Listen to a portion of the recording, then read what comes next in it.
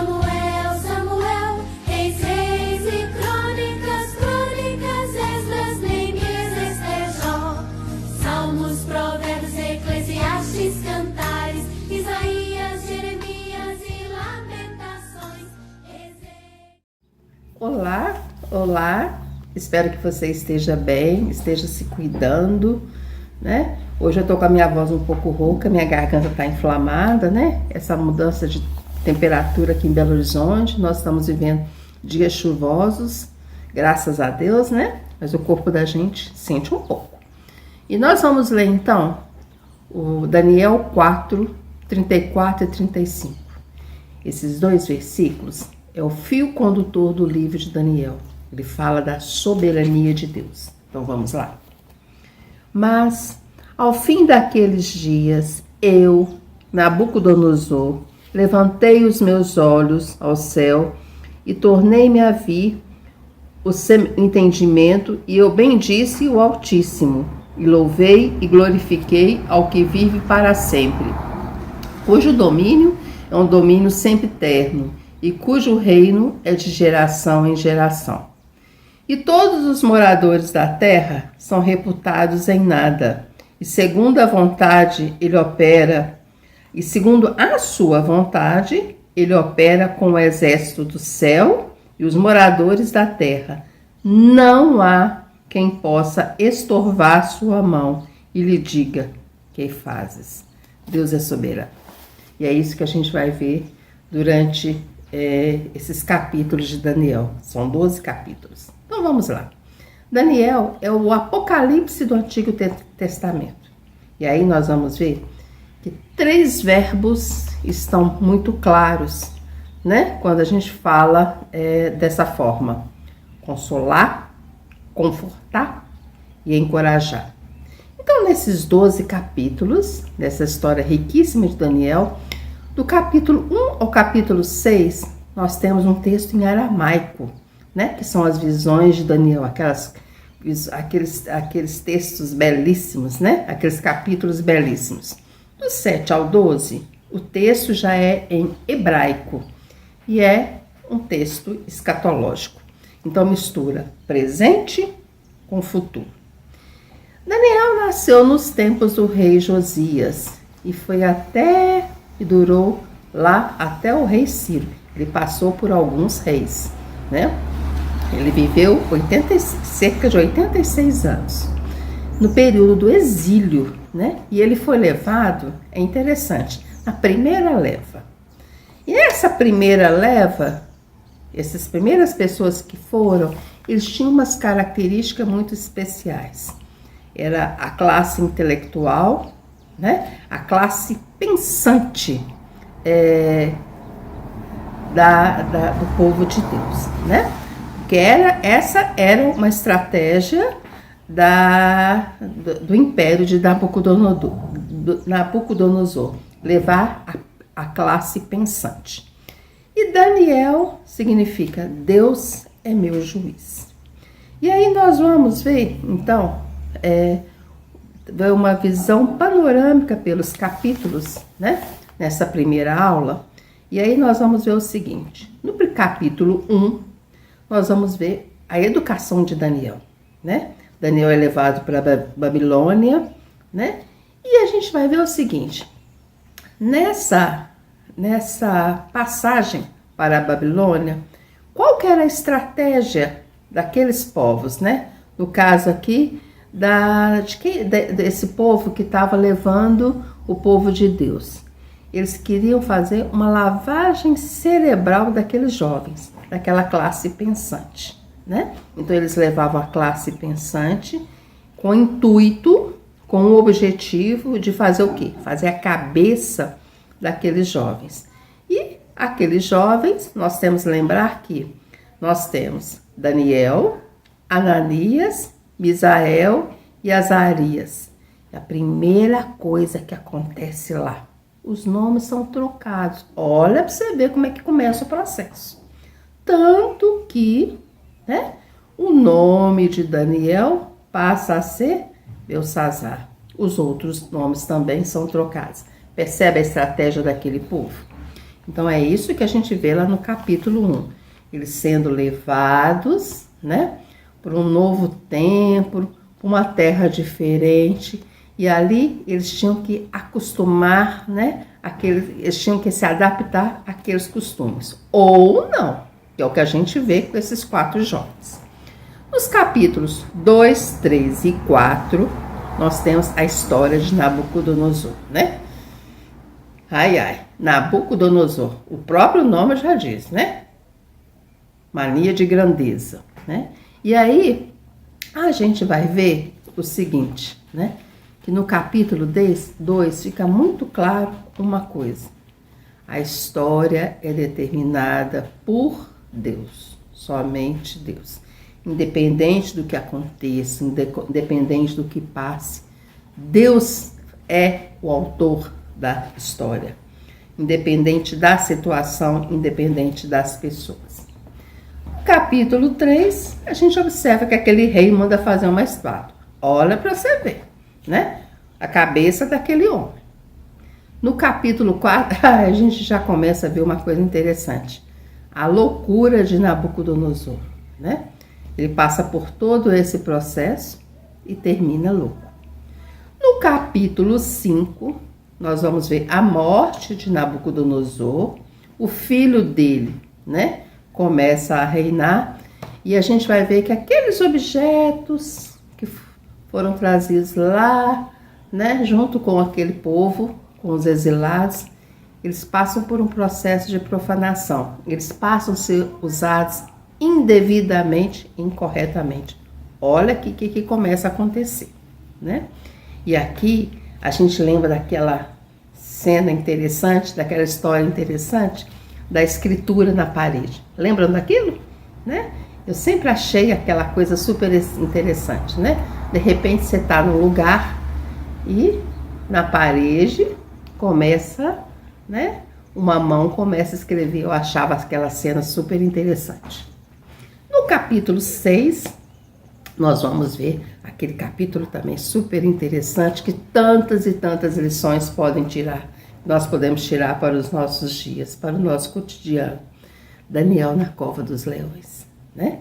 E lá em Daniel 6, capítulo 10, só um minuto, eu vou parar um pouquinho aqui, né? E aí nós vamos ver a vida devocional desse homem. Então, vou ler para vocês.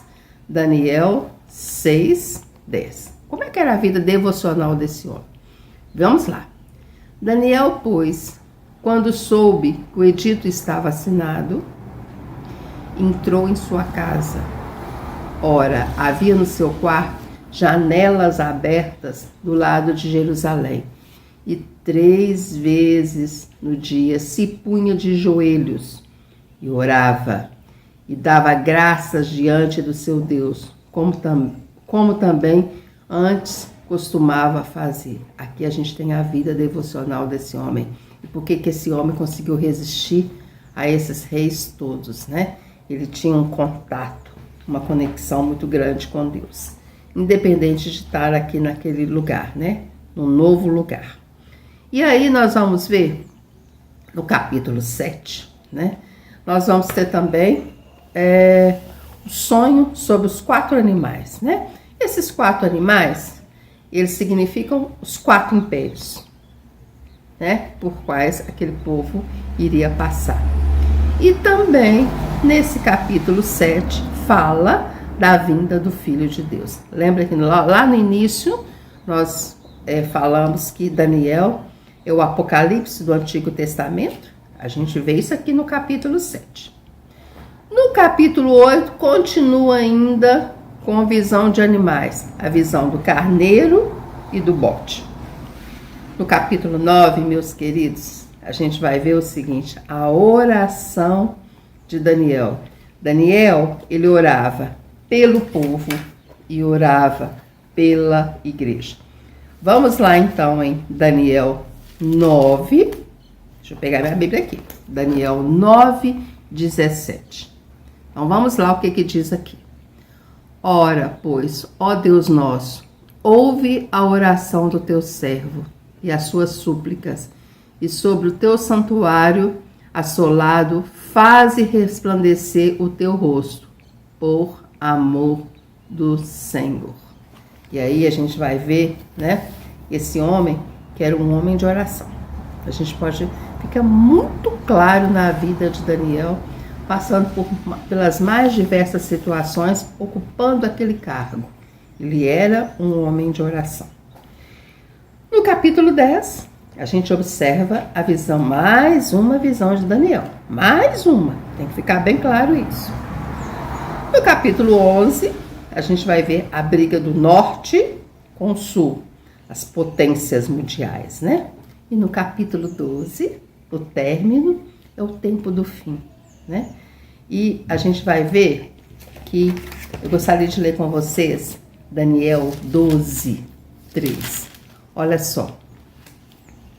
Os que forem sábios, pois resplandecerão como o fulgor do firmamento, e os que a muitos ensinam a justiça, como as estrelas, sempre e eternamente. Aqui fala dos últimos tempos, né? Aqui fala da questão das consequências de tudo isso que a gente crê, né? Aquilo que a gente crê está aqui, nesse capítulo, né? Nesse versículo. E é a nossa grande esperança. Nós temos várias aplicações práticas nesse livro de Daniel. E hoje eu quero ressaltar uma, né? Daniel 2, 20 e 22. A oração de louvor de Daniel. E aqui a gente fala, mais uma vez, soberania e poder de Deus, né? Lembra que eu falei que soberania é o fio condutor desse capítulo, desse livro? E aí a gente vai ver o seguinte, a história, ela é determinada por Deus. O império mal, ele serve a Deus. Tudo passará, inclusive os impérios passarão. Jesus, ele é o centro da história, ele é o autor da história. E agora, meus queridos, depois dessa minha introdução, né, com essa voz que não está lá muito agradável, nós vamos ver um vídeo sobre Daniel e os seus amigos, né? Vamos lá? Você sabia que 3 homens fiéis a Deus foram jogados numa fornalha em chamas? Então vem comigo, vamos abrir o grande livro.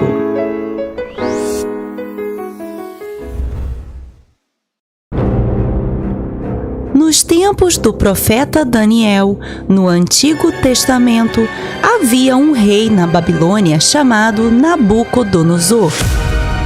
Ele não conhecia o Deus verdadeiro e, por isso, adorava a falsos deuses de sua cultura. Certo dia, o rei mandou construir uma enorme estátua de ouro.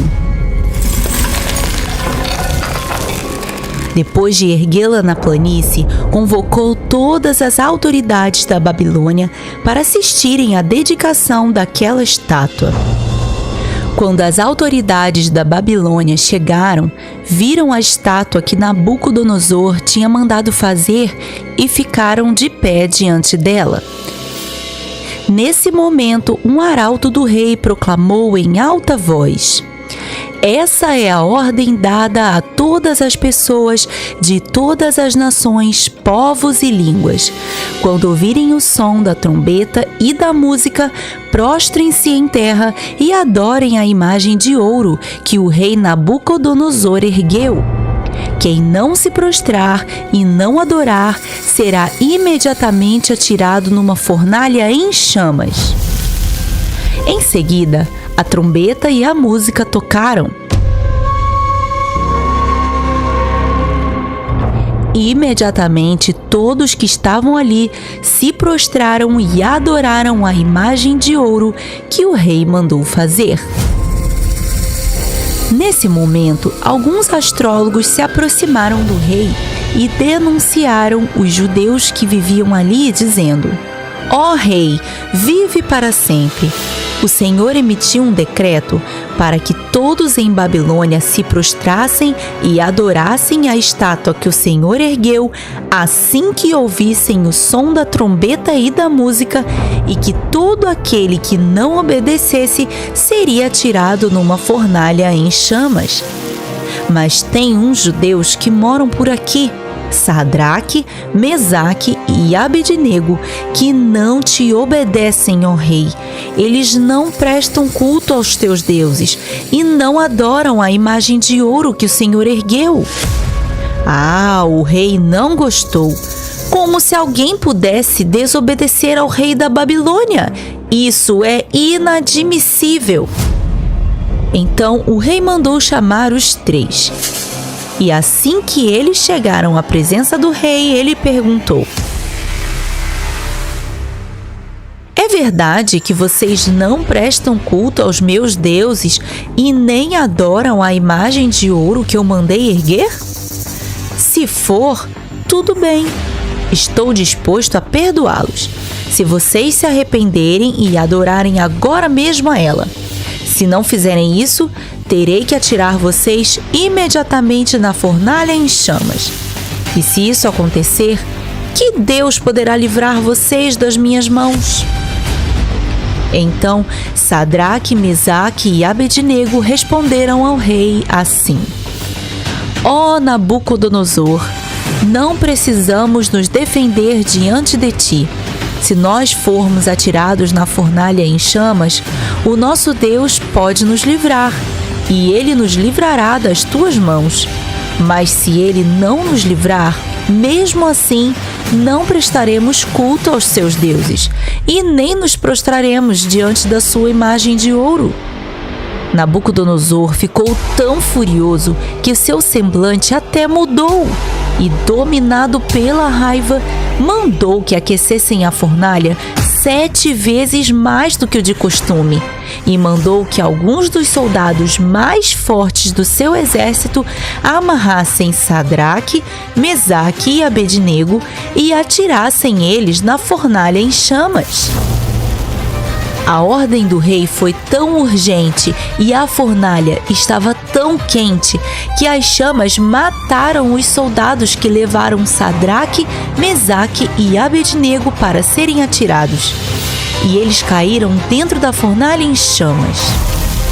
Logo depois, o rei olhou para a fornalha novamente e viu algo que seus olhos não podiam acreditar.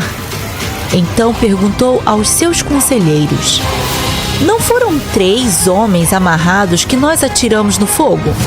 E eles responderam: sim, ó rei. Então ele exclamou: olhem, estou vendo 4 homens desamarrados e ilesos andando pelo fogo. E o 4º homem se parece com o filho dos deuses. O rei, sem poder acreditar, gritou: Sadraque, Mesaque e Abednego, servos do Deus Altíssimo, saiam, venham aqui. E os 3 saíram do fogo.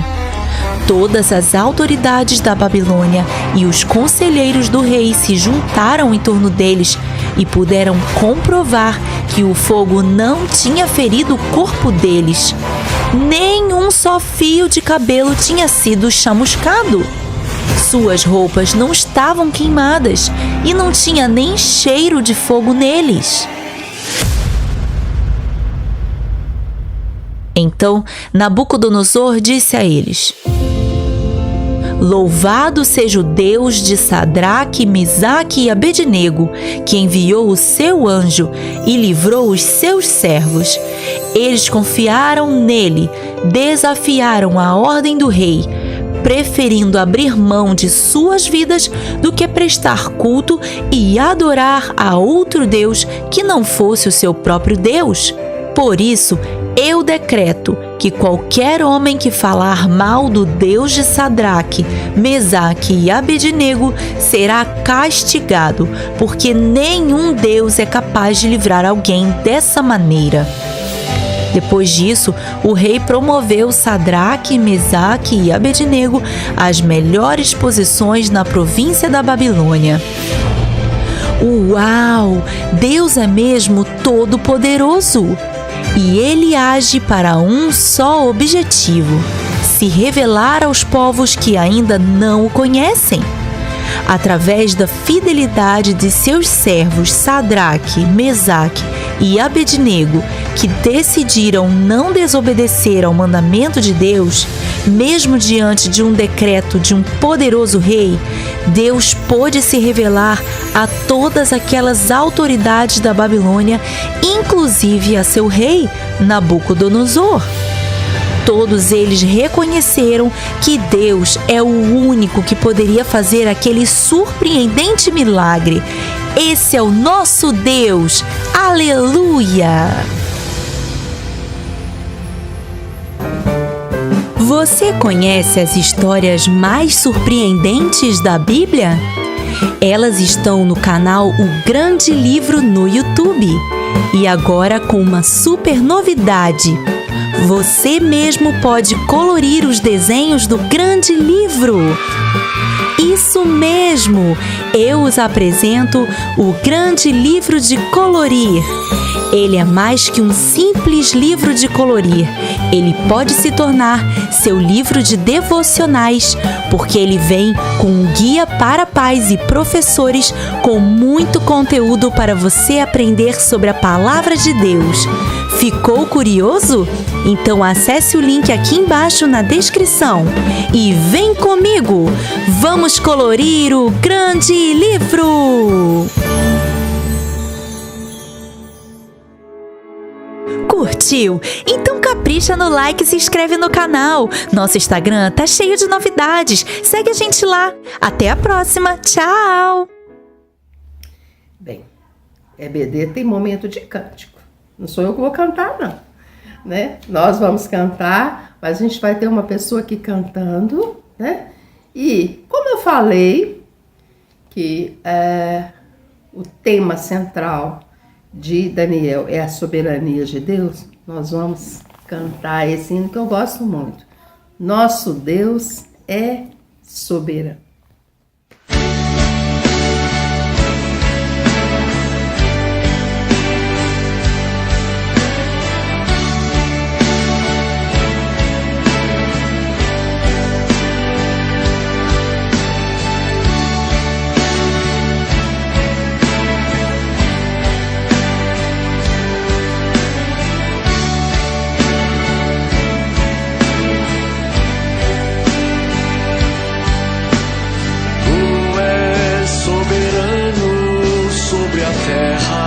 Sobre os céus tu és Senhor absoluto. Tudo que existe e acontece, tu sabes muito bem. Tu és tremendo.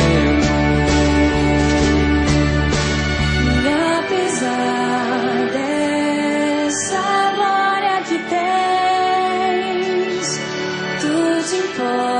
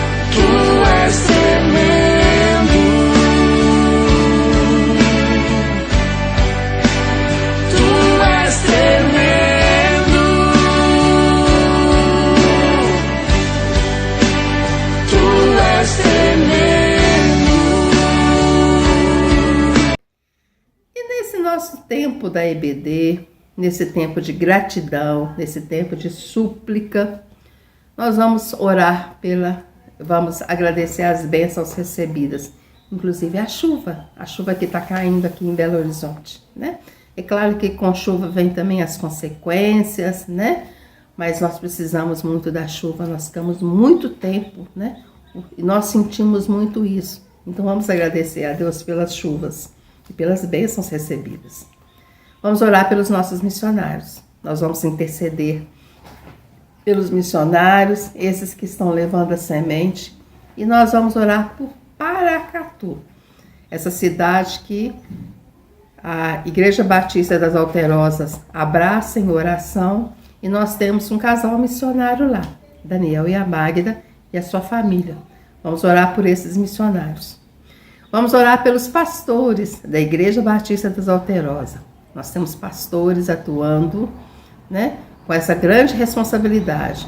Temos o pastor Valquimar e a Lídia, né? Vamos pedir a Deus para que Deus abençoe esse casal.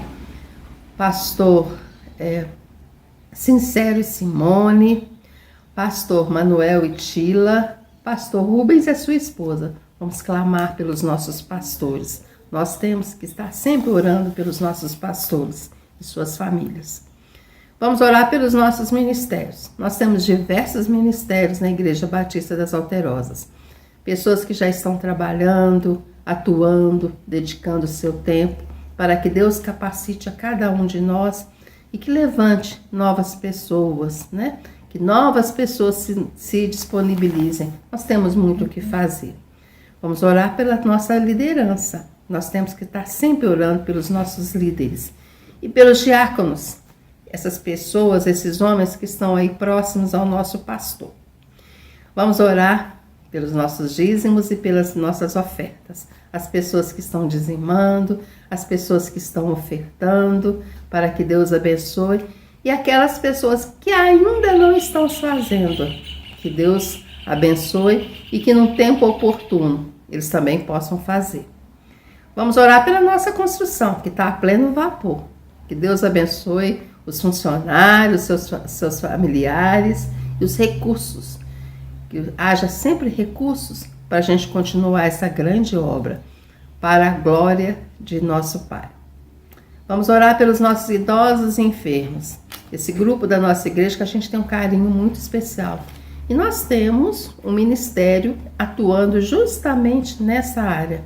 Vamos orar pelo Ministério da Maturidade. Vamos orar pelos nossos departamentos. Departamento infantil, que está cada dia mais bonito. Vamos orar pelas professoras que estão ali. O departamento de adolescentes, a Danúbia e o Dagoberto. Vamos interceder pela Danúbia. Ela está passando um momento agora de dificuldade com relação à sua mãe, a saúde da sua mãe. Vamos clamar por essa mulher. Vamos clamar para que Deus abençoe, né? Fortaleça e que realmente a vontade de Deus possa prevalecer na vida de todos nós. E vamos orar pelos nossos jovens. Nós temos jovens na nossa igreja e nós temos que ter um compromisso de oração com esse grupo, inclusive com os líderes que estão ali, a Laís e o Saulo. Vamos orar, meus queridos, pela programação de novembro. Novembro é o mês das artes. Então vamos orar pela Regina, que está aí nesse ministério. Que Deus abençoe a Regina, capacite, cuide da sua saúde. Todas as pessoas que estão envolvidas nessa programação, que Deus abençoe a cada um. E já vamos orar pelo mês de dezembro. Dezembro é um mês com muitos eventos e que normalmente também a gente tem que orar pela nossa saúde, para que a gente tenha saúde e disposição para fazer os nossos trabalhos, os trabalhos de encerramento, né? Meus queridos, eu deixei por último, mas não é porque não tem importância. Eu deixei por último porque o Brasil tem que estar sempre nas nossas orações. Sempre, sempre e sempre. Os nossos líderes, nós temos que clamar pelos nossos líderes, nós temos que clamar pelo nosso presidente, nós temos que clamar por esse homem, para que esse homem tenha sabedoria e que o Evangelho possa chegar até esse homem, que ele tenha a oportunidade de ouvir realmente falar do poder de Deus e do amor de Deus. E vamos terminar com uma música, já que a gente está nesse livro tão bonito e que a gente vai ter tanta coisa para ver. E uma coisa que a gente percebe nesse livro de Daniel: Deus cuida de mim, independente do tempo, independente da situação. Deus cuida de mim, Deus cuida de você. Tenha uma boa semana, que Deus nos abençoe e vamos cantar? Tchau!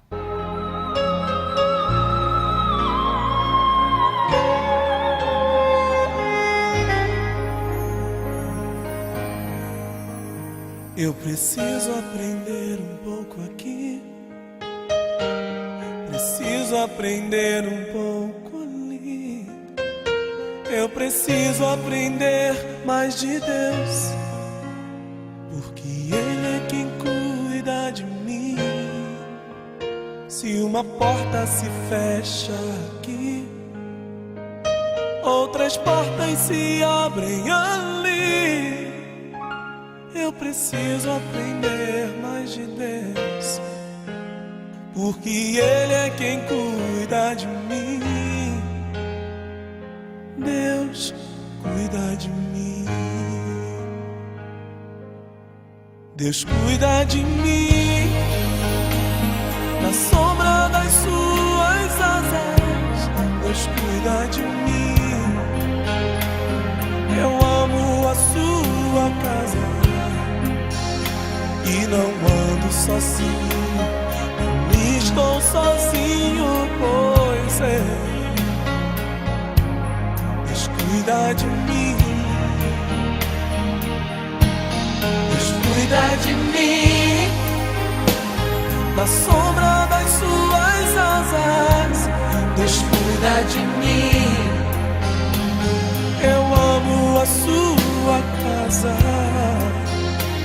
e não ando sozinho, não estou sozinho, pois é. Deus cuida de mim. Se na vida não tenho direção e preciso tomar decisão, eu sei que existe alguém que me ama. Ele quer me dar a mão. Se uma porta se fecha aqui, outras portas se abrem ali. Eu preciso aprender mais de Deus, porque Ele é quem cuida de mim. Deus cuida de mim. Oh, oh, oh. Deus cuida de mim, na sombra das suas asas. Deus cuida de mim. Eu amo a sua casa e não ando sozinho, não estou sozinho, pois é. Eu sei, Deus cuida de mim.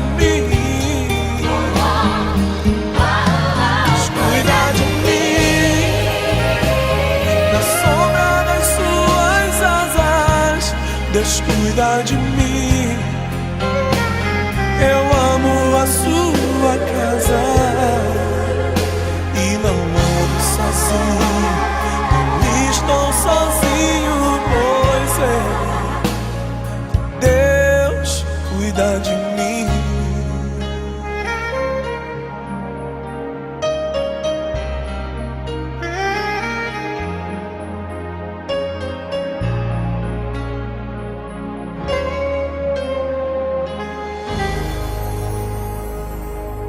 Esse senso do Levítico